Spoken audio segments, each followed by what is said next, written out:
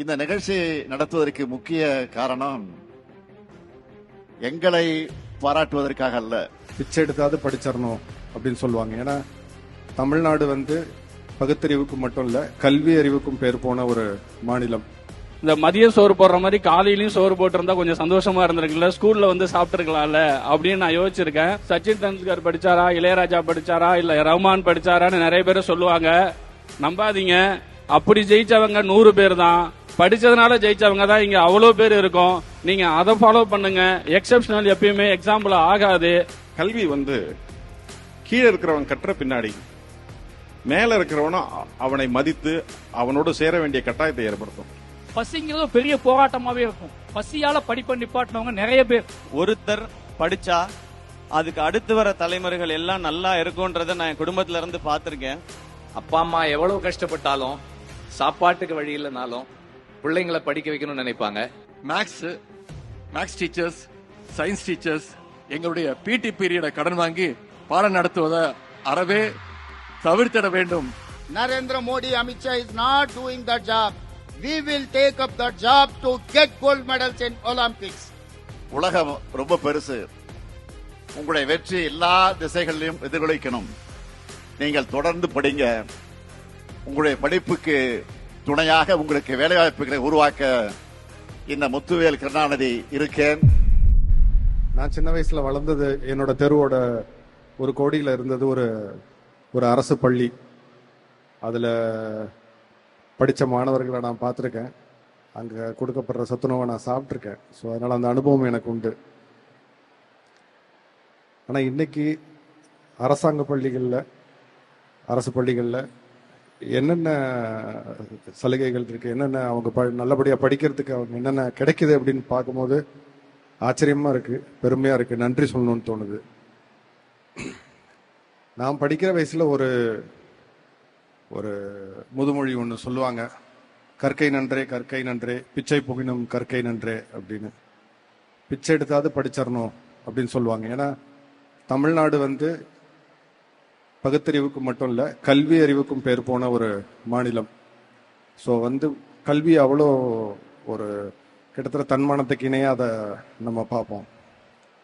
ஆனால் இன்னைக்கு நம்ம முதலமைச்சர் திரு ஸ்டாலின் ஐயா அவர்கள் சொன்ன ஒரு இது பார்த்தோம் வீடியோவில், படிங்க படிங்க படிங்க, படிப்பில் மட்டும் கவனத்தை வைங்க, மற்றதெல்லாம் நான் பார்த்துக்கிறேன் அப்படின்னு. இப்படி ஒரு வார்த்தையை யார் சொன்னாலுமே நமக்கு ரொம்ப உற்சாகமாக இருக்கும். நம்ம மாநிலத்தோட முதல்வர் சொல்லும் போது அதோட முக்கியத்துவம் நமக்கு நல்லா புரியுது. அதுக்கான எல்லா ஏற்பாடுகளையும் அவங்களே செஞ்சு தராங்க. படிக்கிறது மட்டும்தான் மாணவர்களோட ஒரு கடமையா இருக்கும். என்னை மேலே ஏறி வர போது மேலே ஏறி வருகிறோம் என்று ஏற்கனவே அறிவித்து விட்டார்கள். நான் முதல்வன் என்ற ஒரு திட்டம் இந்தியாவிலே இல்லாத ஒரு திட்டம். இந்த திட்டத்தை நான் நேரில் பார்ப்பதற்கு ஒரு சந்தர்ப்பம் வாய்ந்தது. இந்த வருடம் தூத்துக்குடி மாவட்டத்தில் நான் முதல்வன் திட்டத்தின்படி 72 மாணவர்கள் சட்டக்கல்லூரியிலே சேர்ந்திருக்கிறார்கள். நாங்கள் எல்லாம் சட்டம் படிக்கும் பொழுது வீட்டிலே சொந்தக்காரர்கள் இருந்தால் ஒழிய சட்டக்கல்லூரி போக மாட்டோம். ஆனால் தூத்துக்குடியிலே 72 மாணவர்கள், அதில் 52 மாணவிகள் சட்டக்கல்லூரியை சேர்ந்திருக்கிறார்கள். அவர்களுக்கெல்லாம் உற்சாகம் மூட்டுவதற்காக தூத்துக்குடி மாவட்ட ஆட்சித்தலைவர் திரு இளம்பகவத் அவர்கள் ஒரு கூட்டம் ஏற்பாடு செய்தார்கள். அந்த கூட்டத்திலே தூத்துக்குடி நாடாளுமன்ற உறுப்பினர் திருமதி கனிமொழி அவர்களும் சமூக நலத்துறை அமைச்சர் கீதா அவர்களும் அந்த கூட்டத்திலே கலந்து கொண்டார்கள்.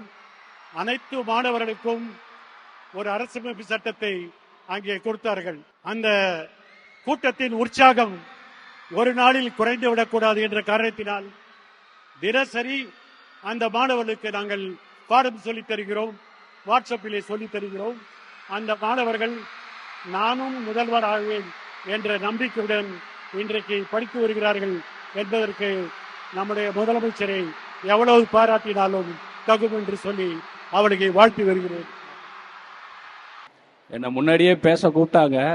நான் கொஞ்சம் கூச்சப்பட்டுட்டு இல்ல என்னை எடுத்துருங்க, நான் வரல, இங்க எல்லாம் அறிவார்ந்தவங்களா இருக்காங்க, பட்டிமன்ற பேச்சாளர்ல இருந்து சமூக சிந்தனையாளர் எல்லாரும் இருக்காங்க, அவங்க முடி நான் என்ன பேசுறதுன்னு பயன்ட்டேன். ஆனா இவங்க இதுக்கு முன்னாடி இருந்த அந்த பசங்க ஸ்டூடெண்ட்ஸ் எல்லாம் பார்க்கும்போது எனக்கே மோட்டிவேட் ஆயிடுச்சு. நம்மளுமே ஒரு கவர்மெண்ட் ஸ்கூல் ஸ்டூடெண்ட் தானே, கவர்மெண்ட் ஸ்கூலோட அலுமினி. நம்ம வந்து இலவச திட்டங்கள் அவ்வளோ அனுபவிச்சிருக்கோம். அட்லீஸ்ட் ஒரு நன்றியாவது சொல்லலைன்னா எப்படி? ஏன்னா நான் பஸ் பாஸ்ல இருந்து ஃபர்ஸ்ட் கிராஜுவேட் ஸ்காலர்ஷிப்னு எல்லா கவர்மெண்டோட இலவசங்களை அனுபவிச்சு அதுல படிச்சு நான் ஒரு இன்ஜினியரிங் முடிச்ச ஒரு ஸ்டூடெண்ட். அப்படி இருக்கிறப்போ இவங்கெல்லாம் நன்றி சொல்லும்போது நான் மட்டும் ஏன் நன்றி சொல்லாம அங்கேயே உக்காந்துருக்கேன் அப்படின்னு சொல்லிட்டு தான் நான் இங்க வந்தேன். ஏன்னா நான் ஒரு மிடில் கிளாஸ்னா நகரத்தில் இருக்கிற மிடில் கிளாஸ் கிடையாது, ஊர் சைடில் இருக்கிற மிடில் கிளாஸ். ஊர் சைடில் என்ன மிடில் கிளாஸ்னா, நாங்கள் வந்து இட்லி கறியெல்லாம் வந்து ஞாயிற்றுக்கிழமை எடுக்க மாட்டோம், தீபாவளி பொங்கல் விசேஷங்களுக்கு மட்டும்தான் எடுப்போம். அந்த அளவுக்கான நாங்கள் மிடில் கிளாஸ். ஸோ இந்த இலவசங்கள்லாம் இதெல்லாம் எங்களுக்கு எவ்வளோ ஹெல்ப் ஆச்சுன்னு நான் உணர்ந்தவன்.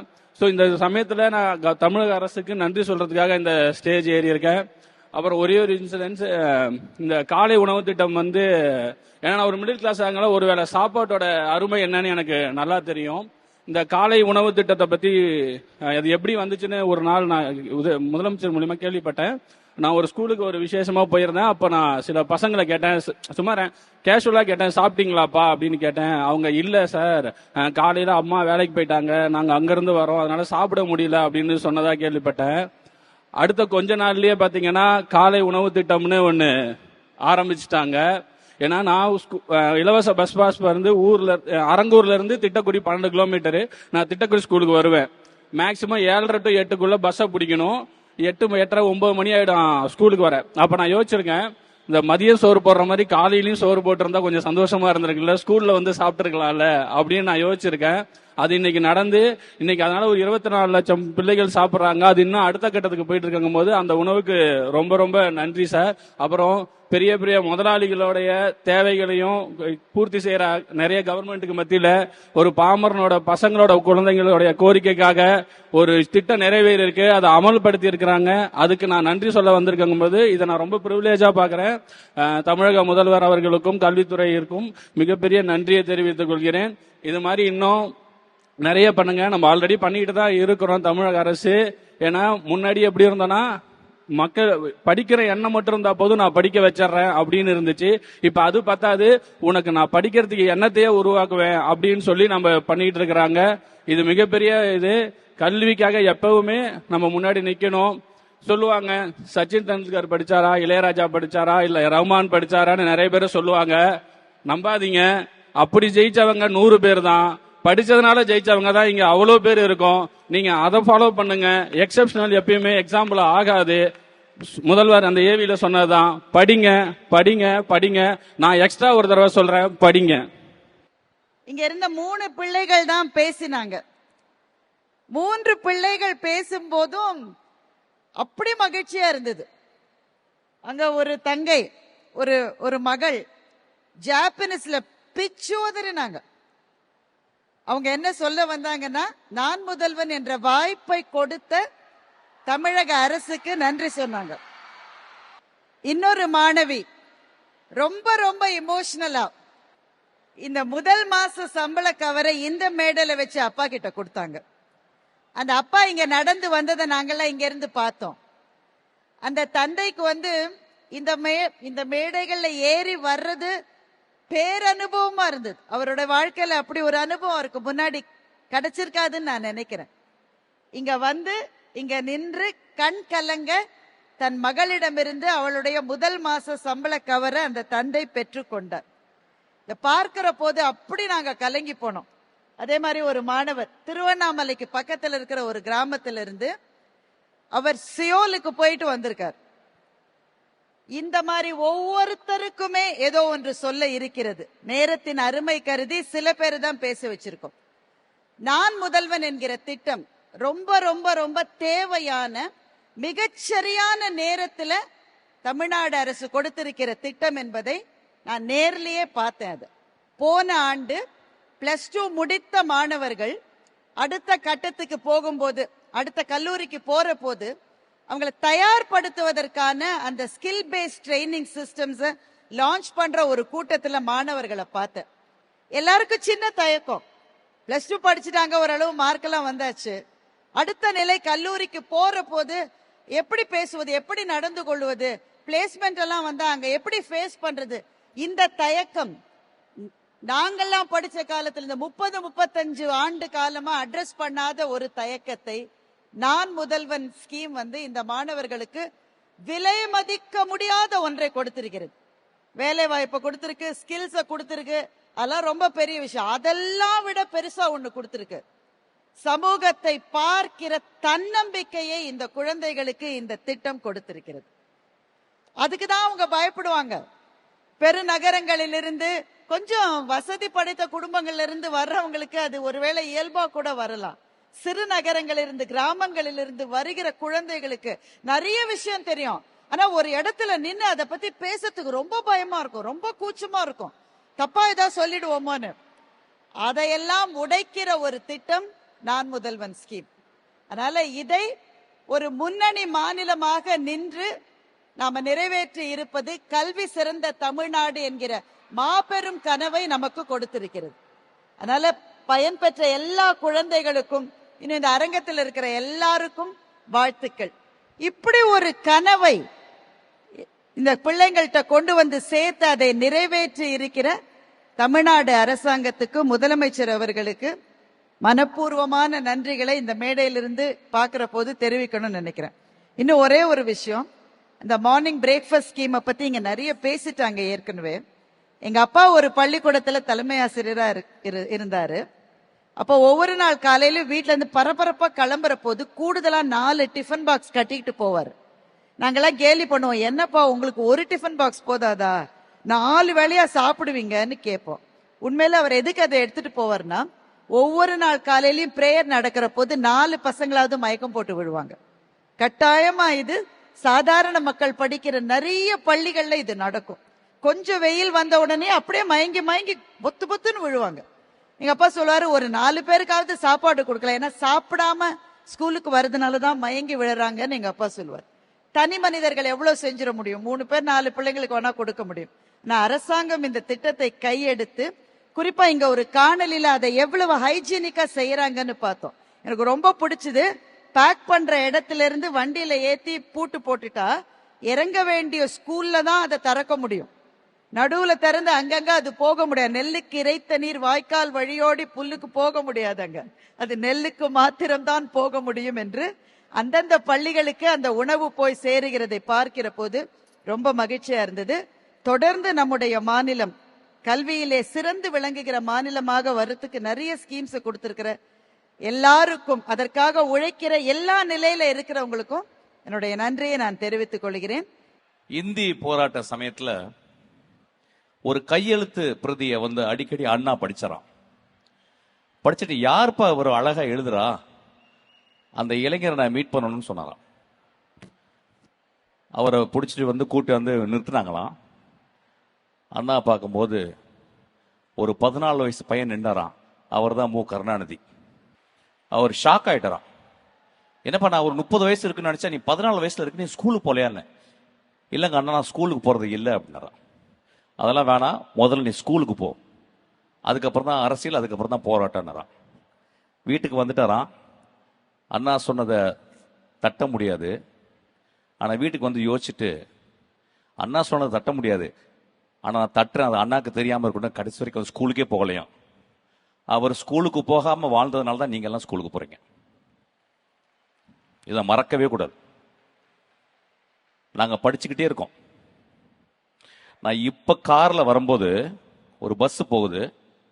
அந்த பஸ்ல திருநங்கைகளுக்கும் திருநம்பிகளுக்கும் ஒரு திட்டம் அப்படின்னு இருக்கு, சிறகுன்னு ஒரு திட்டம். நாங்க 2 பேரும் அரசியலுக்கு அப்பாற்பட்டவங்க. ஆனா அந்த குடும்பத்துல நாங்க எப்பயுமே இருக்கிறோம், எப்பயுமே கூட பழகிக்கிட்டே இருக்கோம்.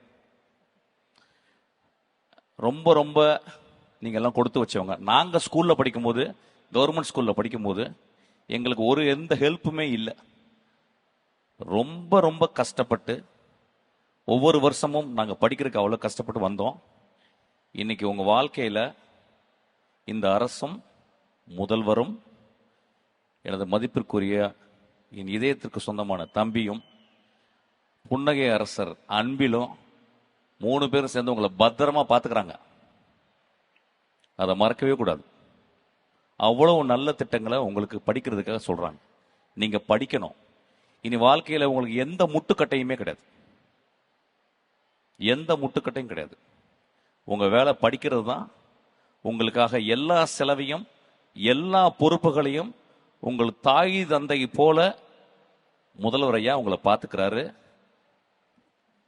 துணை முதல்வர் அதை வழி நடத்துறாரு. எல்லா நல்ல திட்டங்களும் மக்களுக்கு போய் சேர மாதிரி அன்பில் பார்த்துக்கிறாங்க. நான் அவங்க 3 பேருக்கும் பர்சனலா நான் கடப்படுறேன். நான் இந்த விஷயத்துல இன்னொரு விஷயத்தை இங்க சொல்லணும். நான் சொல்றதுக்கு, உலகத்திலே ஒரு மிகச்சிறந்த ஆளுமை என்று கருதப்படுகிற இளையராஜாவுக்கு விழா எடுத்ததுக்கு அவங்களை காலை தொட்டு நான் கும்பிட்டுக்கிறேன். உலகத்துல எந்த அரசும் ஒரு இசைக்கலைஞனுக்கு எடுக்காத ஒரு விழாவை ஐயா முதல்வர் ஐயா எடுத்திருக்காரு. அவருக்கு நான் ரொம்ப கடமைப்பட்டிருக்கேன். இதை விட அவர் வாழ்க்கையில அச்சீவ் பண்ணது, இளையராஜா ஐயா அச்சீவ் பண்ணது எதுவுமே இல்லை. அவ்வளோ பெரிய விழா. இந்த உலகத்துல இருக்க எல்லா தமிழர்களும் பார்த்தாங்க அந்த விழாவை. அப்படியாப்பட்ட விழா எந்த கலைஞனுக்கும் எந்த உலகத்துல யாருமே எடுக்கப்படாத ஒரு விழா எடுத்து, அதுக்காக ரொம்ப நன்றி. தம்பி பேசுடா. கல்வியை பற்றி நான் நிறைய யோசிச்சிருந்தேன். பட் சில கருத்துக்கள் மட்டும் சொல்லலாம்னு நினைச்சுக்கிட்டு இருக்கேன்.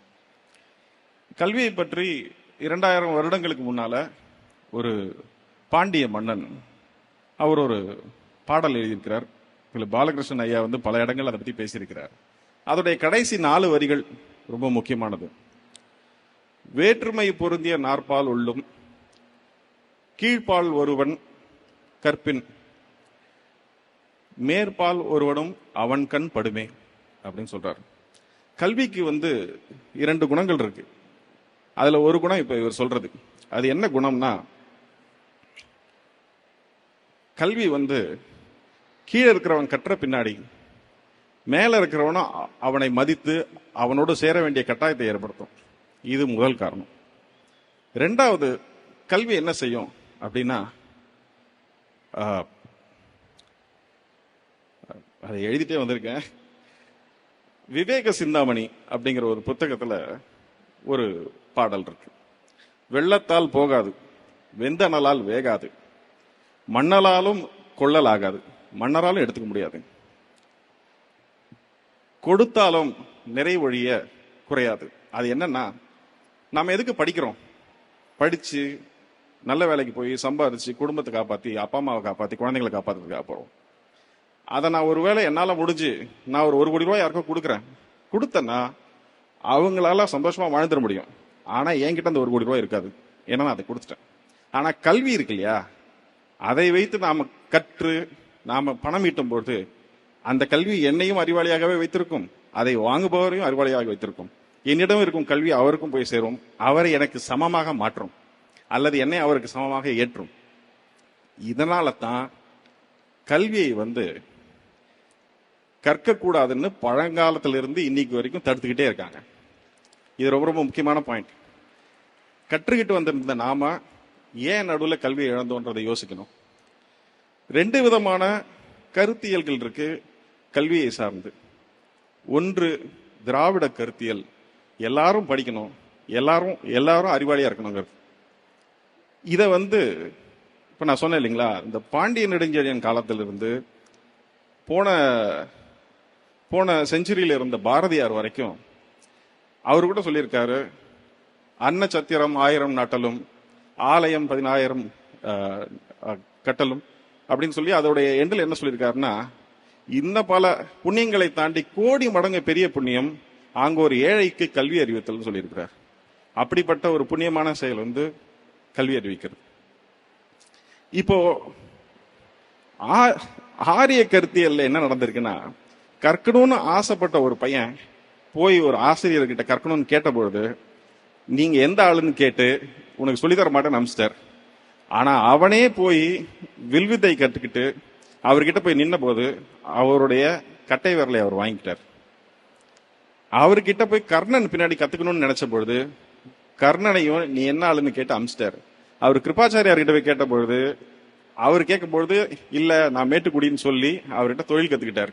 ஆனால் அவரும் அப்படிப்பட்டவர் இல்லைன்னு தெரியும் பொழுது அவர்கிட்ட நீ கற்ற கல்வி எல்லாம் உன்னை விட்டு ஒரு நாள் போய்விடும் சொல்லி சாபம் கொடுத்து அதையும் புடிங்கிறார்.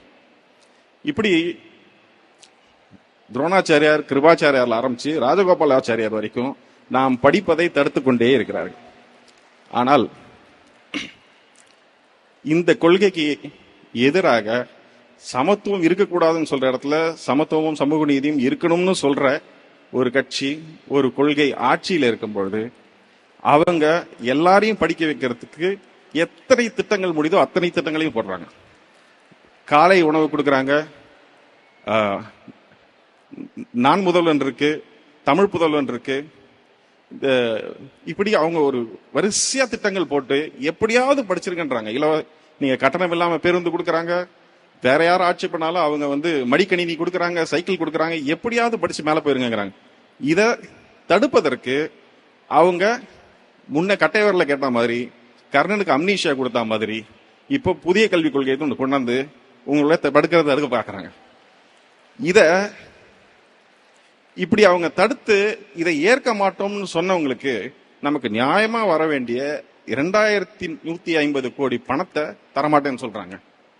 இப்போ நமக்கு உடன்பாடு இல்லாத அல்லது கொள்கையாக அரசியலாக முரண்பாடு கொண்ட ஒரு கட்சி ஒன்றியத்தை ஆளும்போது எந்த உதவியும் இல்லாமல் கைகளை கட்டி கால்களை கட்டி தண்ணீரில் போட்டதுக்கு அப்புறமா நீந்தலாம் என்று பார்க்காமல் தான் நீந்தி தமிழக மக்களையும் கரை சேர்க்கக்கூடிய ஒரு உழைப்பை செலுத்தியிருக்கக்கூடிய இந்த முதல்வருக்கு என்னுடைய மனமார்ந்த நன்றிகளை தெரிவித்துக் கொள்கிறேன். இந்த தலைப்புன்னு கேட்ட போதே அவ்வளோ பெருமையாக இருந்துச்சு. முக்கியமான ஒரு விஷயம் சொல்ல தான் நான் வந்தேன். வாழை ரிலீஸ் ஆன அப்போ திடீர்னு ஒரு ஃபோன் கால் வந்துச்சு எனக்கு. இந்த சிஎம் படம் அமெரிக்காவில் பார்த்துட்டு இருக்காரு, உங்களுக்கு கால் பண்ணுவாருன்னு சொன்னாங்க. அப்போ எனக்கு கால் பண்ணி அதுக்காக வெயிட் பண்ணேன். ஏன்னா என்னோட எல்லா படங்களுக்குமே அவர் கால் பண்ணி பேசியிருக்காரு என்கிட்ட. வாழைக்கு நான் ஸ்பெஷலாக வெயிட் பண்ணேன். ஏன்னா அவர் தமிழ்நாட்டோட முதல்வர், ஒரு வாழை மாதிரி ஒரு படத்தை பார்த்துட்டு என்ன சொல்லுவார் அப்படிங்காக வெயிட் பண்ணேன்.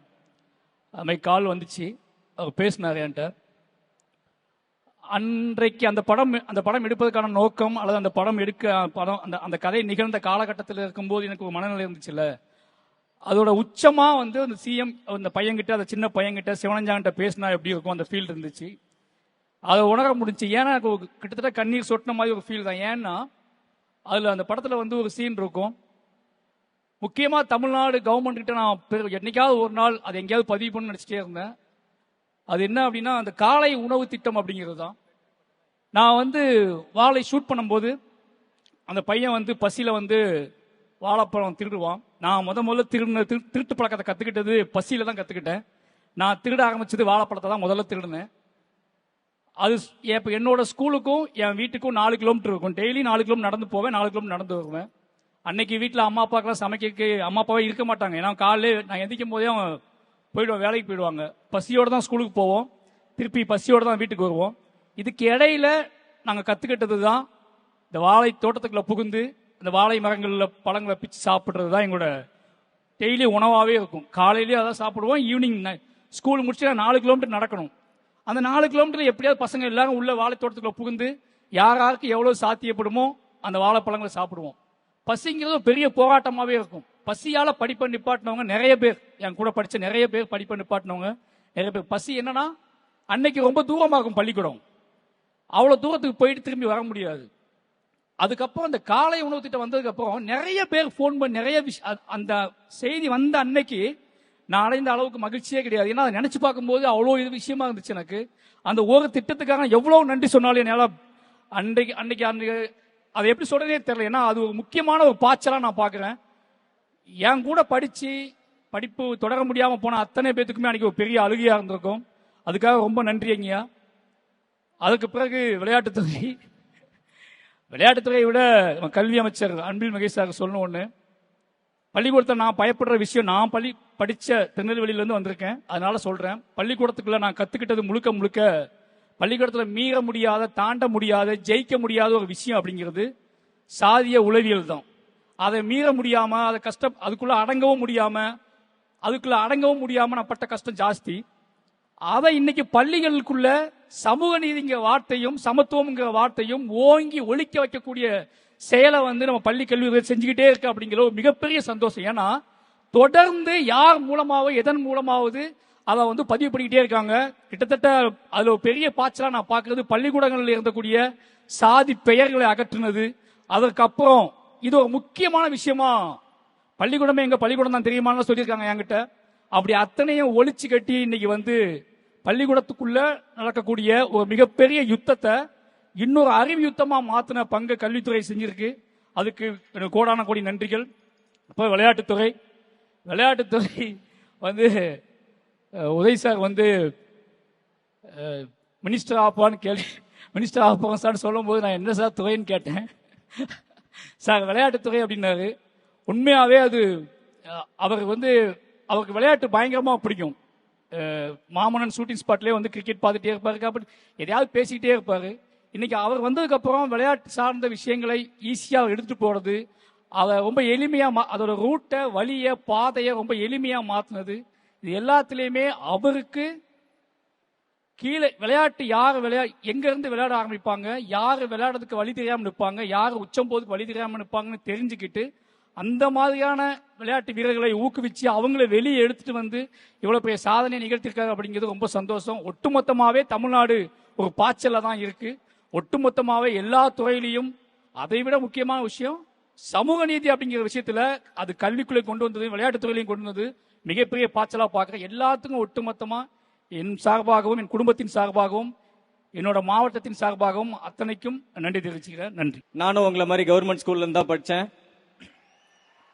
ஸோ அந்த விதத்தில் ரொம்ப ரொம்ப பெருமைப்படுறேன். ஸோ தமிழக அரசு வந்து ஸ்போர்ட்ஸ் அண்ட் படிப்பு எல்லா துறையிலையும் வந்து நிறைய ஆப்பர்ச்சுனிட்டி வந்து எல்லா இளைஞர்களுக்கும் போய் சேரணும் அப்படிங்கிற ஒரு முன்னோட்டத்தில் நிறைய நல்ல விஷயங்கள் பண்ணிட்டு இருக்காங்க. ஸோ அந்த விதத்தில் நீங்கள் இப்போ இருக்கிற மாணவ மாணவிகள் வந்து நிறைய அந்த ஆப்பர்ச்சுனிட்டி யூஸ் பண்ணிக்கணும். இங்கிருந்து நிறைய பேர் பெரிய லெவலில் ஆடணும். சாதாரண கிராமத்திலிருந்து எங்கனாலும் சாதிக்க முடியும் அப்படிங்கிறதுக்கு இவங்கெல்லாம் முன் உதாரணமாக இருக்காங்க. ஸோ நீங்களும் எங்க இருந்தாலும் எவ்வளவு தூரத்தில் எங்க இருந்தாலும் போக முடியும் அப்படின்னு தன்னம்பிக்கையோட கவர்மெண்ட் உங்களுக்கு பக்கபலமா இருக்காங்க, சப்போர்ட்டா இருக்காங்க. ஸோ அதை யூஸ் பண்ணி இன்னும் பெரிய லெவலில் ஆகுங்கிறது என்னோட ஆசை. இன்னும் என்ன மாதிரி இன்னும் உங்களை மாதிரி இன்னும் நிறைய கிராமப்புறங்கள்ல இருந்து நிறைய பேர் வரணுங்கிறது என்னோட ஆசை. ஒன் செகண்ட் இந்த வாய்ப்பு கொடுத்ததுக்கு மறுபடியும் நன்றி. இந்த மாதிரியான நிகழ்ச்சியில கலந்துக்கிறது இதுதான் முதல் முறை. நம்ம சினிமா ஃபங்க்ஷன், ஆடியோ லான்ச் ஃபங்க்ஷன்னா ஏதாவது ஒன்று பேசிட்டு போயிடலாம். இங்க அப்படி பேச முடியாது. இங்க நம்ம என்ன பேசுறோம் அப்படின்ற ஒவ்வொரு வார்த்தையும் ஒவ்வொரு விஷயமும் ரொம்ப ரொம்ப முக்கியம். முதல்ல இந்த விழாக்கு என்ன கூப்பிட்ட துணை முதல்வர் அவர்களுக்கு ரொம்ப ரொம்ப பெரிய நன்றி சார். முதல்ல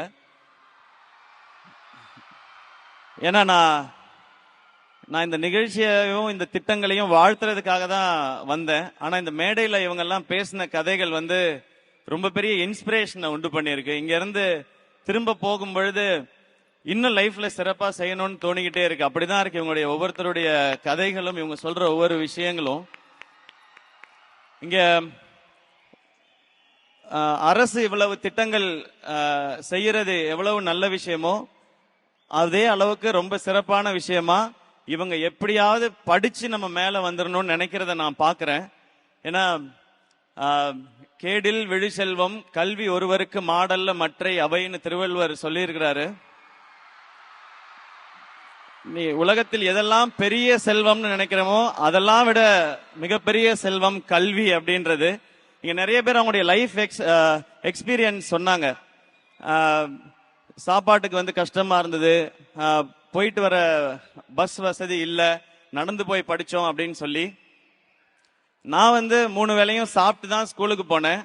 ஏன்னா எங்க அப்பா ஒரு வேளை சாப்பிட்டுட்டு ஸ்கூலுக்கு போய் படிச்சதுனால நான் ஆட்டோலையும் ரிக்ஷாலையும் ட்ரெயின்லையும் பஸ்லையும் நான் ஸ்கூலுக்கு போனேன். எங்க அப்பா நடந்து ஸ்கூலுக்கு போனதுனால. ஸோ ஒரு தலைமுறையில ஒருத்தர் படிச்சா அதுக்கு அடுத்து வர தலைமுறைகள் எல்லாம் நல்லா இருக்கும்ன்றத நான் என் குடும்பத்துல இருந்து பார்த்திருக்கேன். எங்க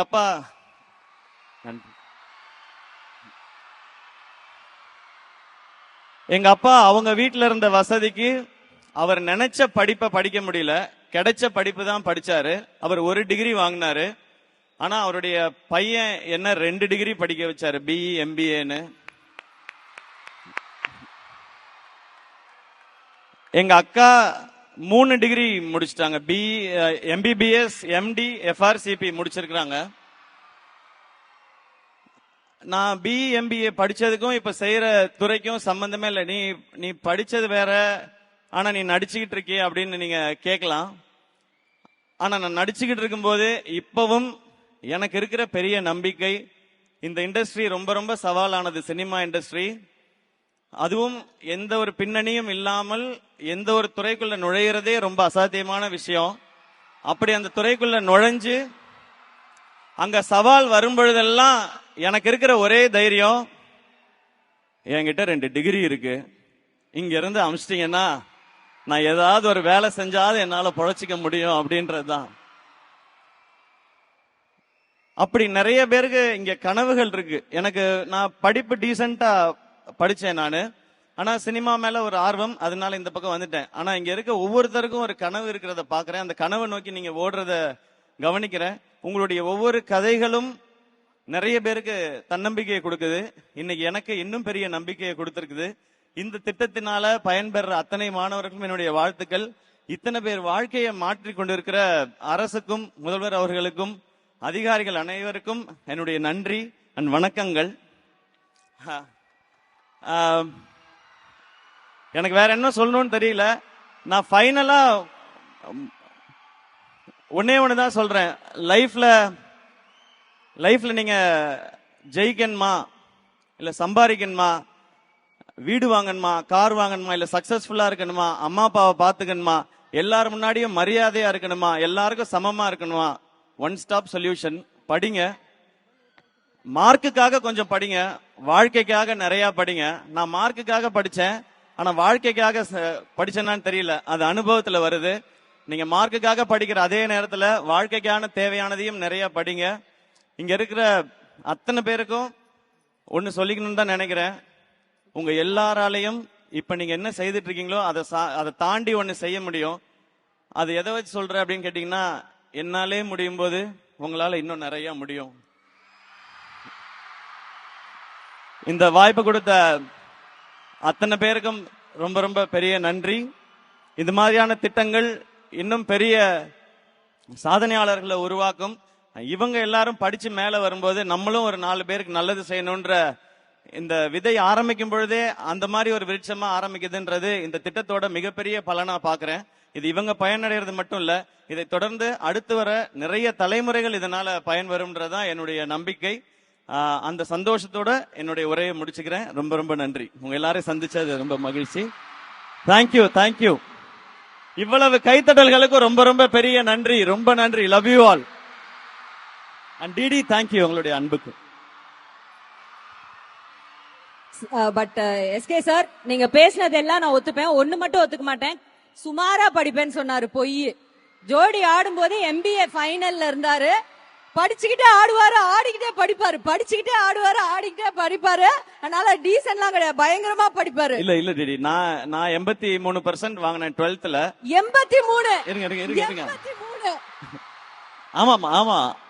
ஆனா எங்க அக்கா 96% வாங்கினா. அப்ப நம்ம கம்மியா தானே தெரியும். அது இந்த அக்கா தம்பி இல்ல அண்ணன் தம்பி இருக்க வீடுகள்ல தெரியும். அவன் நல்லா படிக்கிறான், அதே சோற தானே நீயும் திங்கிற, நீ நல்லா படிக்க மாட்டியான்னு கேட்பாங்க. அதனால எனக்கு எப்பவுமே நான் படிச்சது கம்மியா தான் தெரிஞ்சிருக்கு டிடி. ஓகே, இன்னும் ஒரே ரிக்வெஸ்ட் உங்ககிட்ட. எல்லாம் என் காது கடிக்குதுங்க. ஒரே ஒரு பிக்சர் உங்களோட இந்த பிள்ளைங்க. எனக்கு ரொம்ப ரொம்ப சந்தோஷம். நீங்க நடுவுல நின்னீங்கன்னா நான் அரேஞ்ச் பண்ணி கொடுத்துறேன். ஒரு பிக்சர். வெல்கம். ஒரு அரசாங்கம் திட்டம் கொண்டு வரும்போது அந்த திட்டம் அந்த ஒரு குடும்பத்தை எப்படி மாத்துது, ஒரு தலைமுறை மட்டும் இல்ல 7 தலைமுறைக்கும் அது எப்படி பாதுகாப்பாக இருக்க போகுதுங்கிறத முடிவு செய்கிறவர் எங்களுடைய மாண்பு தமிழ்நாட்டுடைய முதலமைச்சர். அந்த பயனாளிகளை பார்க்கும்போது எங்களை அறியாமல், ஏன்னா அது எங்க பிள்ளைங்களாம் அப்படி சாதிக்கிறாங்களே அப்படின்னு பார்க்கும்போது எங்க அவ்வளவு ஒரு மகிழ்ச்சியாக இருந்தது. மேபி அது ஆனந்த கண்ணீராக கூட இருக்கலாம். அது நம்முடைய முதலமைச்சர் அவர்கள் அடிக்கடி சொல்வது ஒன்றே ஒன்றுதான், கல்வி ஒன்றே அழிக்க முடியாத சொத்து என்று நம்முடைய முதலமைச்சர் அவர்கள் சொல்வார்கள். கல்வி மாணவர்களுக்கான சொத்துன்னா இங்கே அமர்ந்திருக்கக்கூடிய மாணவர்கள் தான் நம்முடைய தமிழ்நாட்டுடைய சொத்து. Last month our honorable chief minister invited honorable chief minister of Punjab Thiru Bhagavan Singh Mann to join the expansion of the chief minister's breakfast scheme. In that event, our honorable Punjab chief minister appreciated the scheme and expressed his willingness to implement in his state, Punjab. Today, for this grand education festival, our Honorable Chief Minister has invited Honorable Chief Minister of Telangana. I hope this event will also be meaningful and impactful experience for our Honorable Chief Minister of Telangana as well. நம்முடைய திராவிட model அரசு பள்ளி கல்வி முதல் உயர்கல்வி மற்றும் வேலைவாய்ப்பு வரை மாணவர்களுக்காக ஏராளமான திட்டங்களை செயல்படுத்தி வருகின்றது. Tamil Nadu is the first state in India to introduce the midday meal scheme school students in 1920. This historic achievement was pioneered by the Justice Party almost 100 years ago. அதே மாதிரி இந்தியாவிலேயே முதலாக பள்ளி மாணவர்களுக்கு காலை உணவு கொடுத்த முதல் மாநிலமும் நம்முடைய தமிழ்நாடு தான். வேலைக்கு காலை சீக்கிரம் எந்திரிச்சு போற பெற்றோர்கள் காலைல சமைக்கிறதுக்கு நேரம் இல்லாம குழந்தைகளுக்கு டிஃபன் செஞ்சு கொடுக்காத ஒரு சூழ்நிலை இருந்துச்சு. சாப்பிடாம வகுப்புக்கு போற அந்த குழந்தை காது பசியில அடைக்கும், வயிறு கில்லும். அவர்களால் எப்படி அந்த சமயத்துல பாடத்தை கவனிக்க முடியும்னு பெற்றோர்கள் வருத்தப்பட்டது உண்டு. இன்னைக்கு அந்த பிரச்சனைகள் எல்லாத்தையும் நம்முடைய முதலமைச்சர் அவர்கள் தீர்த்து வைத்திருக்கிறார்கள். பள்ளி படிப்பை முடிச்ச பிறகு குடும்ப சூழல் காரணமாக மாணவர்கள் உயர்கல்விக்கு வராமல் இருந்து விடக்கூடாதுன்னு தமிழ்நாடு அரசே கல்லூரி மாணவ மாணவிகளுக்கு புதுமை பெண், தமிழ் புதல்வன் போன்ற திட்டங்கள் மூலமாக மாதம் 1000 ரூபாய் கல்வி ஊக்கத்தொகையாக வழங்கி வருகின்றது. இந்த மாணவர்கள், இந்த திட்டத்தின் மூலம் பயன்பெறுகின்ற மாணவர்கள் இனிமே யாரும் நோட் புக் வாங்கணும், ப்ராஜெக்ட் மெட்டீரியல்ஸ் வாங்கணும், கால்குலேட்டர் வாங்கணும் அப்படின்னு அவங்களுடைய பெற்றோர்கள் கிட்ட போய் கேட்க தேவையில்லை. இது மாதிரியான பொருட்களை எல்லாம் நம்முடைய முதலமைச்சர் கொடுக்கக்கூடிய அந்த 1000 ரூபாயிலே தாராளமா வாங்கிக்கலாம். இந்த திட்டங்கள் வந்த பிறகு பள்ளி படிப்பு முடித்துவிட்டு உயர்கல்வி செல்லுகின்ற வாய்ப்பு இருந்தும் பொருளாதார சூழல் காரணமாக உயர்கல்வியை தொடர இயலாத கிட்டத்தட்ட 15,000 மாணவர்கள் இன்னைக்கு உயர்கல்வியில இந்த திட்டத்தின் மூலம் சேர்ந்திருக்கிறாங்க. அது மட்டும் இல்ல, மாணவர்களை வேலை வாய்ப்புக்கு தயார்படுத்துகின்ற வகையில நான் முதல்வன் திட்டம் செயல்படுத்தப்பட்டுள்ளது. படிப்புடன் வேலைகளுக்கான அந்த ஸ்கில்ஸையும் நான் முதல்வன் திட்டம் வழங்கி கொண்டு வருகின்றது. குறிப்பா வேலை தருகின்ற நிலையை தாண்டி மற்றவர்களுக்கும் வேலை கொடுக்கலாம் என்கிற கான்பிடன்ஸை நம்முடைய நான் முதல்வன் திட்டம் தொடர்ந்து வழங்கி வருகின்றது. கல்விக்கு மட்டுமின்றி இன்னைக்கு உடல் கல்விக்கும் விளையாட்டுக்கும் நம்முடைய அரசு, நம்முடைய முதலமைச்சர் அவர்கள் முக்கியத்துவம் கொடுத்து வருகின்றாங்க. இந்த நிகழ்ச்சியுடைய பெயரே கல்வியில் சிறந்த தமிழ்நாடு. கல்விக்கு மட்டும் முக்கியத்துவம் கொடுக்காம எங்களுடைய விளையாட்டு வீரர்களுக்கும் இந்த மேடையில் இடம் கொடுத்த முதலமைச்சருக்கு இந்த நேரத்தில் விளையாட்டு வீரர்களின் சார்பாக என்னுடைய நன்றியை தெரிவித்துக் கொள்கின்றேன். எப்படி பள்ளி கல்வி முக்கியமோ, எப்படி மேற்கல்வி முக்கியமோ, உயர்கல்வி முக்கியமோ, அதே மாதிரி உடற்கல்வியும் முக்கியம்னு இந்த நிகழ்ச்சியின் மூலமாக நம்முடைய முதலமைச்சர் அவர்கள் தெரிய வச்சிருக்கிறாங்க. Our Chief Minister believes that financial constraints should not be a barrier for our athletes. Therefore, he launched the Tamil Nadu Champions Foundation in 2023.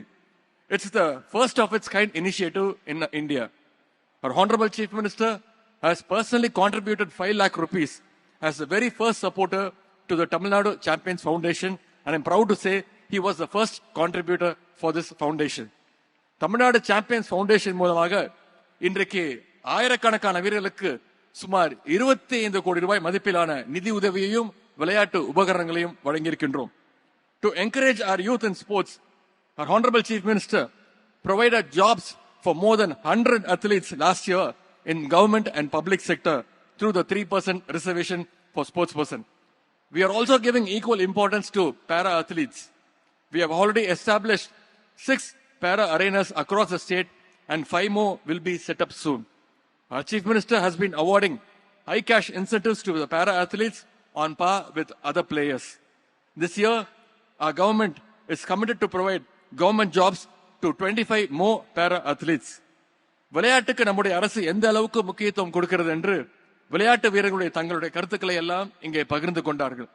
குறிப்பாக இங்க நான் சொல்லணும்னா, மாற்றுத்திறனாளி தம்பி மனோஜ் அவர்கள் கூறிய கருத்துகள் மிகுந்த நிகழ்ச்சியாகவும் எனக்கு மகிழ்ச்சியாகவும் இருந்தது.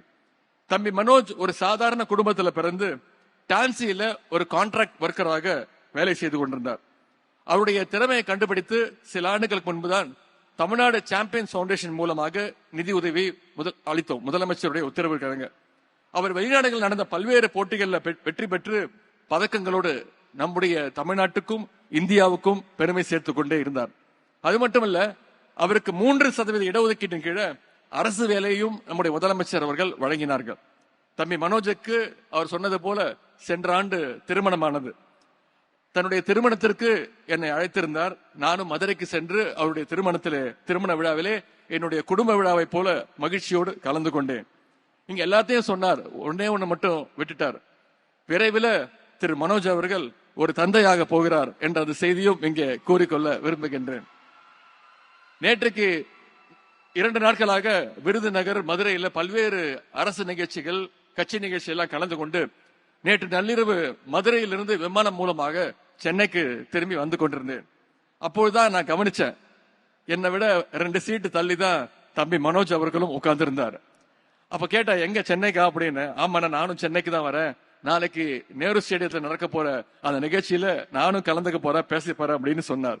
எனக்கு அவ்வளவு மகிழ்ச்சியாக இருந்தது. திறமை இருந்தால் போதும். திறமையாளர்களுடைய வாழ்க்கையை மாற்றி காட்ட நம்முடைய அரசு எப்பொழுதும் தயாராக இருக்கிறது என்பதற்கு தம்பி மனோஜ் ஒரு சிறந்த எடுத்துக்காட்டு. இந்த விழாவுக்கு நிறைய ஆசிரியர்கள் வந்திருக்கிறீங்க, ஸ்டூடெண்ட்ஸும் வந்திருக்கிறீங்க. நான் அடிக்கடி ஆசிரியர்களிடம் வைக்கக்கூடிய ஒரே கோரிக்கை இது மட்டும்தான். மேக்ஸ் டீச்சர்ஸ், சயின்ஸ் டீச்சர்ஸ் எங்களுடைய பிடி பீரியடை கடன் வாங்கி பாடம் நடத்துவதை அறவே தவிர்த்திட வேண்டும் என்று ஒரு விளையாட்டுத்துறை அமைச்சராக, விளையாட்டு வீரர்களின் சார்பாக, ஸ்டூடெண்ட் சார்பாக மீண்டும் என்னுடைய கோரிக்கையை நான் வைக்கின்றேன். இந்த நேரத்தில் ஒன்னே ஒன்றை மட்டும் நான் சொல்லி நிறைவு செய்ய விரும்புகின்றேன். பேரறிஞர் அண்ணா அவர்கள் ஒரு முறை சொன்னார்கள். அண்ணா சொன்ன வார்த்தை, நான் முதலமைச்சரான பிறகு 3 காரியங்களை தமிழ்நாட்டுக்காக, தமிழ் மக்களுக்காக செஞ்சிருக்கிறேன். தமிழ்நாட்டுக்கு தமிழ்நாடுன்னு பெயர் சூட்டி இருக்கிறேன். தமிழ்நாட்டில் ஹிந்திக்கு இடம் இல்ல, இருமொழி கொள்கை மட்டும்தான் அப்படின்னு சட்டம் ஏற்றிருக்கிறேன். சுயமரியாதை திருமணத்திற்கு சட்ட அங்கீகாரத்தை வழங்கியிருக்கிறேன். இந்த 3 விஷயத்தை நான் தமிழ்நாட்டுக்காக செஞ்சிருக்கிறேன்.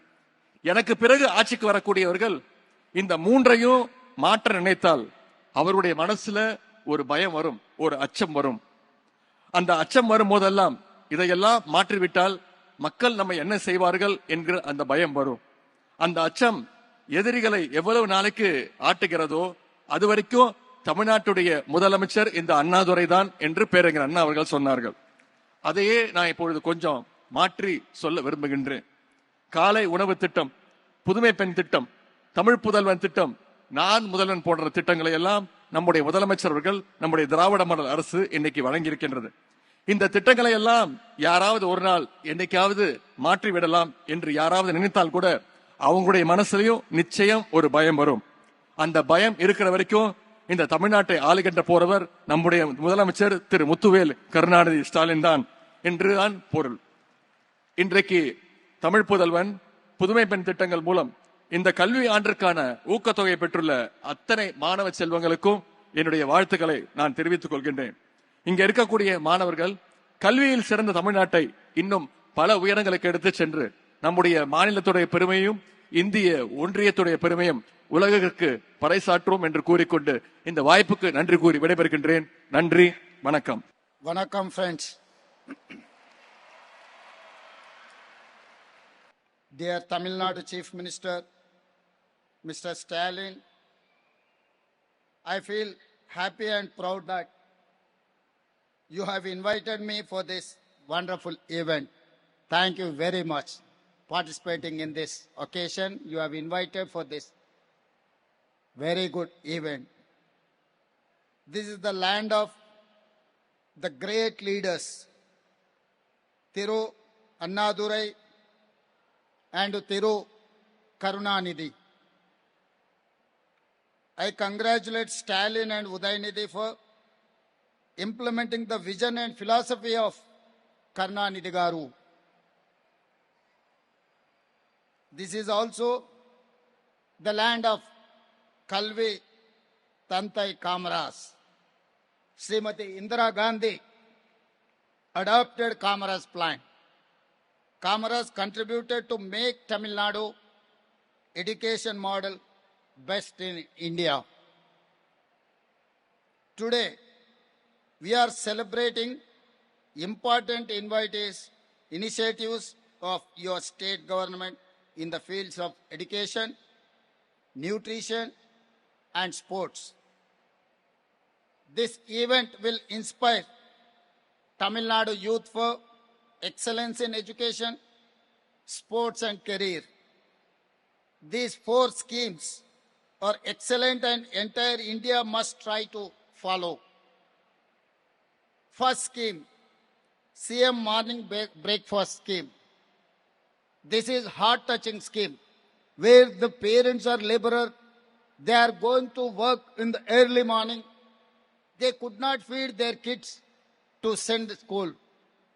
The Tamil Nadu government is going to take care of those poorest of the poor students. This is very heart-touching scheme. I wanted to announce here in this dais, Telangana government is going to implement this scheme in next academic year. I am going to take this inspiration from here. My dear friend Stalin, Tamil Nadu Chief Minister, I am going to implement this scheme in next academic year in Telangana. Second scheme, non-Mudalavan skills development. Third scheme, rupees 10,000 scholarship per month for government school girls going to college. Fourth scheme, Tamil Pudalavan, rupees 1,000 per month scholarship for boys. I congratulate Thiru Stalin and all citizens of Tamil Nadu for these 4 schemes. You are very lucky. You are kind enough. One of the finest chief minister is there to take care of poorest of the poor of Tamils. I wanted to congratulate once again Mr. Stalin. Tamil and Telugu people have a strong cultural, historical bond for many centuries. In modern times, after 1991 liberalization, Tamil Nadu manufacturing growth and Telangana's IT and pharma boom made Indian economy grow. Hyderabad-Chennai corridor become a critical industrial and knowledge hub. Tamil Nadu and Telangana have similar policies on social justice. We have inspired by Mr. Karunanidhi. Now our local body elections is going to come. We wanted to implement 42% for OBC, 27% for SC and ST, put together 69% reservations for SC, ST and OBCs. We have inspired by Tamil Nadu, Mr. Karunanidhi. All Indians were inspired by Tamil Nadu education model. In independent India, Tamil Nadu, the first midday meal scheme for school children. It inspired other South Indian states like Kerala, Karnataka, Andhra Pradesh and Telangana. We are implementing midday meal scheme, inspiration from Tamil Nadu. In Telangana, for my government, education is the biggest focus. As a chief minister, I also hold education portfolio because it is very important. I am holding education department, education portfolio as a chief minister. We have started Young India Skills University. I wanted to share something with my younger generation, my brothers and sisters. Every year, Telangana state producing 110,000 engineering graduates, but they are not getting any job. But market demand is there. There is a huge demand. There is a production as a engineering graduates, but there is a gap between demand and supply. They don't have skills. They don't have up to the mark. So that is why I have initiated a Young India Skills University in Telangana. I wanted to upgrade their skills. I wanted to improve their skills. With certificate, they are not going to any job. Without any skills, they are not going to success in their life. That is why Telangana government has initiated Young India Skills University This is under public-private partnership. Telangana state government is having 12 universities, but we have failed to improve our skills. That is why I have discussed many corporate sector people. I have started public-private partnership university headed by Anand Mahindra group of companies. The person is our chairman for our skills university. Board of directors, Apollo Hospitals, Reddy Labs, Aurobindo Labs, all the corporate sector people are board of directors in my skills university. They have to decide curriculum. They have to select students. They have to give training for them. They have to give job them. So they are absorbing those students. So this first year we have taken 20,000 students in our skills university. 100% they have got job security in that from that skills university. And second thing, we have started Young India Sports University. I have seen most of them here, cricket player, tennis, other players. So, but unfortunately, last time Olympics we have not received single gold medal. Our population is 140 crores, whereas South Korea, hardly 4 or 5 crores population. They have got 32 gold medals. I visited one university, South Korean Sports University. That campus is only 30 acres of land. I have met those students. South Korean Sports University has got 16 gold medals in Olympics. And one girl has received, one girl has given bouquet to me. Just I was appreciating that girl, then I have asked what to do, what you are doing. Sir, archery, I have got 3 gold medals in Olympics, she said. I was surprised. One girl, she has got 3 gold medals in Olympics. Now tell me, what is our success story? After 78 years of democracy, we have not received 1 gold medal in Olympics. How come we are going to face chappan inchi chati, kya faida? What is the use of chappan inch chati? So that is why I have decided to start Young India Skills University, headed by Sanjay Goenka. Not only that, Abhinav Bindra, who is having medals, and Upasna Kunadela, Mrs. Ram Charan, have taken in the board Kapil Dev, Abhinav Bindra, all this from cricket, football, volleyball. Indian former football captain is one of the board directors. And corporate people are there in our sports university. Not only sports university, we are going to start sports academy. I wanted to exchange our culture. I wanted to improve our friendship.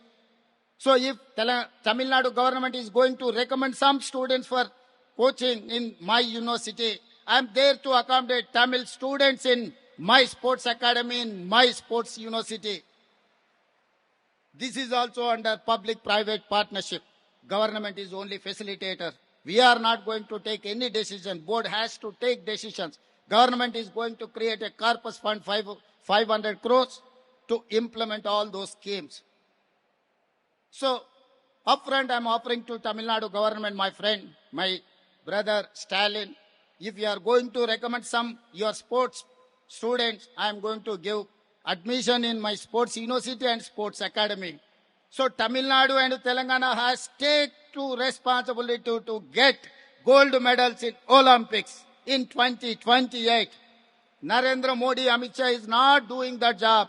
We will take up the job to get gold medals in Olympics. This is what our commitment for our country. Not only this, for 10 years, there is an education in SC, ST, OBC and minority separate residential schools. Now I have decided to put together in one roof. We don't want to divide SC separate, ST separate, OBC separate, minority separate. Put together 100 assembly constituencies. I have given 100 Young India integrated residential schools. Each school is going to admit 2,500 students from SC, ST, minority and OBC. They are going to study in one roof. I have given 25 acres of land and each school has allocated 200 crores. It is like a private corporate campus. So I wanted to improve education. Not only that, we have started advanced technology centers. You know, everyone knows that ITI, Industrial Training Institute. Telangana, Andhra Pradesh has started Industrial Training Institutes in 1956. They have decided in 1956 syllabus. Till late, they are getting same training in those ITS. They are giving diesel mechanic training on ambassador car. Otherwise, they are giving plumber training or they are giving electrician and other trainings in ITI. While they are taking that certificate, they are coming out. They are not finding any ambassador car. Nowadays, everyone is using Audi, BMW, Benz, EV cars, other cars. But you are giving in Industrial Training Institute, you are giving a diesel mechanic training. It's a waste of their time. So that is why I have decided. I have typed with Tata. They are spending 2,100 crores. Out of 2,400 crores, I am giving 14%, 300 crores. They are spending 2,100 crores from their CSR fund. They are going to upgrade all ITIs as an advanced technology center. They are using AI, they are using robo, they are using everything to train these students. I'm taking your inspiration. I'm going to give these ATC students monthly scholarship every month, 2,000 from next academic year. I wanted to encourage these youngsters to train in skills. We recently launched a new education policy for upgrading government schools. In every government school in Telangana, will provide uniform, vehicle for picking up and dropping children, like private schools. We wanted to start from nursery. Government schools are running first class above. But government schools are not giving admission in nursery, LKG and UKG. This nursery, LKG and UKG, these poorest of the people are going and joining in private school. After completion of 3 years, they are not coming back into the government school. That is why I have decided to give nursery, LKG, UKG education for poorest of the poor. Next academic year, we are going to implement that scheme also to attract these poorest of the poor. We wanted to give best education. For that, private schools, what is the success story of private school? I have 26,000 schools in Telangana, but I have only 18 lakh students in government schools.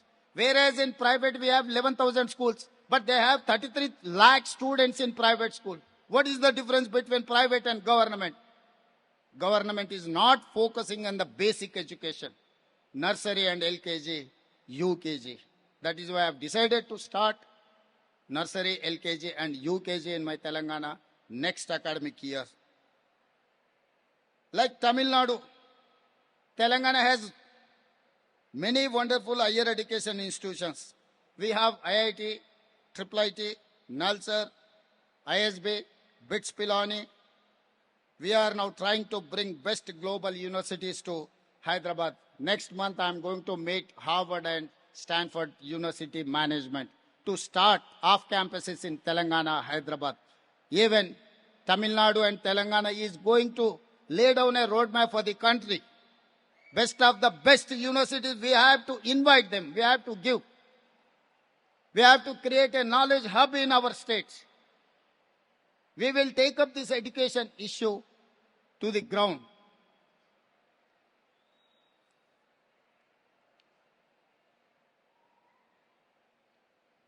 Also, like Tamil Nadu, Telangana also believes investment in education is not charity, but justice and fundamental right.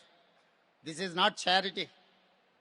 This is investment for future generations.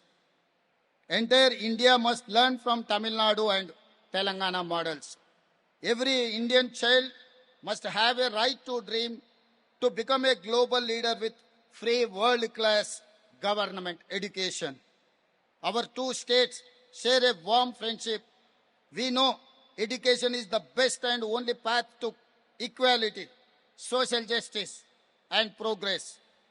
I again congratulate Thiru Stalin and all the citizens of Tamil Nadu Together, we want to tell everyone in India, education is a movement, a revolution, a path for social justice and progress. Thank you. இங்க பேசிய மாணவருடைய பேச்சை கேட்க கேட்க நான் ரொம்ப emotional ஆகிட்டேன். ஏன்னா உங்களுடைய கருத்துக்களையும் ஃபீட்பேக்கையும் கேட்கிறப்போ நாம உழைக்கிற உழைப்புக்கான பலன் நம்ம கண் முன்னாடியே தெரியும்னு நான் இங்கே உணர்ந்திருக்கிறேன். அதற்காக பெருமைப்படுகிறேன். எனக்கு முன்னாடி பேசின எல்லோரும் தமிழ்நாடு எந்த அளவுக்கு கல்விக்கு முக்கியத்துவம் கொடுக்குது, எப்படியெல்லாம் திட்டங்களை கொண்டு வந்து எத்தனை இடர்கள் வந்தாலும் தன்னுடைய மாணவர்களை முன்னேற்றுதுன்னு பேசினாங்க. இந்த நிகழ்ச்சி நடத்துவதற்கு முக்கிய காரணம் எங்களை பாராட்டுவதற்காக அல்ல, எங்களை பாராட்டிக் கொள்வதற்காக அல்ல. இன்னைக்கு நாங்க உங்களை கொண்டாடுறதை பார்த்து அடுத்த பேட்ச் மாணவர்களும் இன்னும் படிப்பு மேல ஆர்வம் அதிகமாகணும். அதுதான் முக்கியம். அதுலேயும் மாண்புமிகு தெலுங்கானா முதலமைச்சர் திரு ரேவந்த் ரெட்டி அவர்கள் இந்த விழாவுக்கு வந்து நம்ம எல்லாம் பெருமைப்படுத்தி இருக்கிறார், மகிழ்ச்சியில் ஆழ்த்தி இருக்கிறார். தங்கை கனிமொழி அவர்கள் மூலமாக மாணவர்கள் நிகழ்ச்சின்னு சொல்லி அவர் அழைச்சதும் உடனே ஓகே சொன்னார். எனவே பல பணிகளுக்கு இடையில இங்க வந்திருக்கிறார். நம்முடைய அரசோட மகளிர் பயணம் திட்டம் போலவே தெலுங்கானா மாநிலத்திலையும் மகாலட்சுமி திட்டம் என்கிற பேர்ல பெண்களுக்கு கட்டணமில்லா பேருந்து பயணத்தை செயல்படுத்திக் கொண்டிருக்கிறார். அதே போல தெலுங்கானா மாநிலத்தில் செயல்படுத்துகிற நல்ல திட்டங்களை தமிழ்நாட்டில் செயல்படுத்த நாங்களும் தயாராக இருக்கிறோம். இதுதான் ஆரோக்கியமான வளர்ச்சி அரசியல். போராட்டங்கள்ல உருவான தெலுங்கானா மாநிலத்தை போராட்ட குணத்தோடு பாதுகாத்து இந்தியாவினுடைய இளம் தலைவர் சகோதரர் ராகுல் காந்தி அவர்களுடைய பிரதிநிதியா அவர் வழிநடத்தி கொண்டிருக்கிறார் அந்த மாநிலத்தை பொறுத்த வரையில. அதற்காக நான் முதல்ல அவருக்கு என்னுடைய நன்றியை தெரிவிச்சுக்கிறேன். இங்கே கூடியிருக்கக்கூடிய மாணவ மாணவியரை பார்க்கும்போது எனக்கு எல்லையில்லா மகிழ்ச்சி ஏற்படுது. மாணவ செல்வங்களே, நீங்கள் படிச்சு முன்னேறுகிற காரணத்தால நீங்கள் மட்டுமல்ல உங்கள் குடும்பமும் முன்னேற போகுது. உங்களுடைய அடுத்த தலைமுறைக்கும் நீங்க கொண்டு போறீங்க. எனக்கு அந்த தலைமுறையும் முன்னேற போகுது. குடும்பங்கள் முன்னேறினா மாநிலங்கள் முன்னேறும், மாநிலங்கள் முன்னேறினா நாடு முன்னேறும். அதனாலதான் நாம தொடர்ந்து கல்வியோட முக்கியத்துவத்தை எடுத்து சொல்லிக் கொண்டிருக்கிறோம். 1000 ஆண்டுகளா சாதி எனும் கால் முளைத்த சதி அந்த சமூகத்தை ஆட்கொண்டதால நம்மோட கல்வி வாய்ப்பு மறுக்கப்பட்டுச்சு. வரலாறு நெடுக இந்த ஆதிக்கத்துக்கு எதிராக கலகம் செஞ்ச புரட்சியாளர்கள் இருந்துட்டு தான் இருக்காங்க. அந்த தொடர்ச்சியோட உச்சமா திராவிட இயக்கம் தமிழ் மண்ணில் நிகழ்த்தின புரட்சி தான் இன்னைக்கு இந்த அளவுக்கு வேகமாக நடைபெற காரணமா இருக்கு.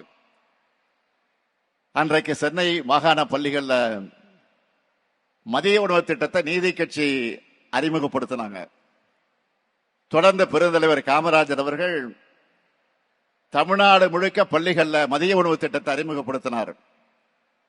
தமிழ்நாட்டில் இருக்கக்கூடிய எல்லாரையும் எப்பாடுபட்டாவது பள்ளிகளுக்கு அழைச்சு அவர்களை படிக்க வைக்கணும் என்கிற காரணத்திற்காகத்தான். அதுதான் படிப்படியாக வளர்ந்து இன்னைக்கு நம்ம திராவிட மாடல் அரசு கொண்டு வந்திருக்கக்கூடிய காலை உணவு திட்டம் உருவாகி இருக்கு. தொடக்க கல்வி முடிச்சுட்டு மேற்கல்விக்கு போகக்கூடிய மாணவர்களுக்கு போக்குவரத்து வசதி ஒரு தடையா இருக்கக்கூடாதுன்னு சட்டமன்ற உறுப்பினராக நான் முதல்ல அவையில் எடுத்து வச்ச கோரிக்கை ஏற்று இலவச பஸ் பாஸ் திட்டத்தை அன்றைய முதலமைச்சர் தலைவர் கலைஞர் அவர்கள் அறிமுகப்படுத்தினார்.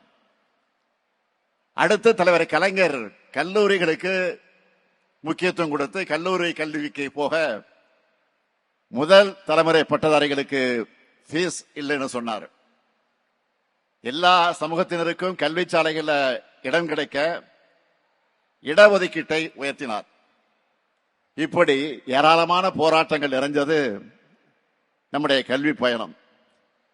இந்த பயணத்தை அடுத்த கட்டத்திற்கு கொண்டு போகத்தான் நம்முடைய திராவிட மாடல் அரசு 4 ஆண்டுகளா புதுமை பெண் திட்டம், தமிழ் புதல்வன் திட்டம், நான் முதல்வன் திட்டம், மாடல் ஸ்கூல்ஸ், ஸ்மார்ட் வகுப்பறைகள், விளையாட்டுத்துறைக்கு சிறப்பு கவனம் செலுத்தக்கூடிய திட்டங்கள்னு ஏராளமான திட்டங்களை கொண்டு வந்து கொண்டிருக்கிறோம்.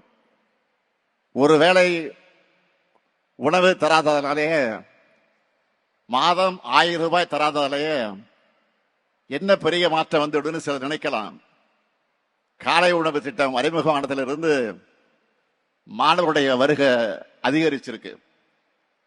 புதுமை பெண் தமிழ் புதல்வன் திட்டங்கள் செயல்பாட்டுக்கு வந்ததிலிருந்து +2 படிச்ச மாணவர்களை 75 விழுக்காடு மாணவர்கள் உயர்கல்வியில சேர்றாங்க. குறிப்பா பெண்கள் உயர்கல்வியில சேர்வது அதிக அளவு முன்னேற்றம் அடைஞ்சிருக்கு.